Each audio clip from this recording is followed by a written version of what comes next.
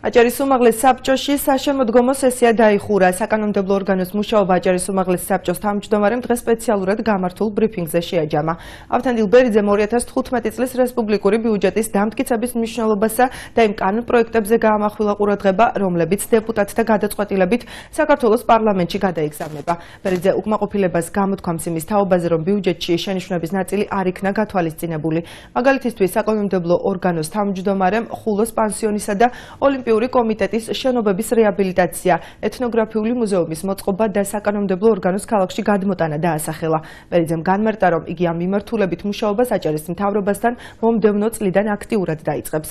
აჭარის უმაღლეს საბჭოში საგაზაფხულო სესია მარტის პირველ სამშაბათს გაიხსნება. ავტონომიური რესპუბლიკის უმაღლეს საბჭოში დაიხურა საშემოდგომო სესია. უმრავლესობა მთლიანად დაუჭირა მხარი ბიუჯეტის მიღებას, ამითი ჩვენ მივეცით საშუალება რეგიონს განვითარებისა, წინსვლისა და მთავრობის მიერ დაგეგმილი ღონისძიებების გატარებისა. საქართველოს კანონში მაუწყებლობის შესახებ, ცვლილებების შესახებ აქ საუბარი იყო ჩვენ ვამბობდით ყოველთვის, რომ ეს კანონი არის ხარვეზიანი, ამ კანონს ჭირდება დახვეწა და ჩვენ დავიწყეთ ამ დახვეწაზე მუშაობა.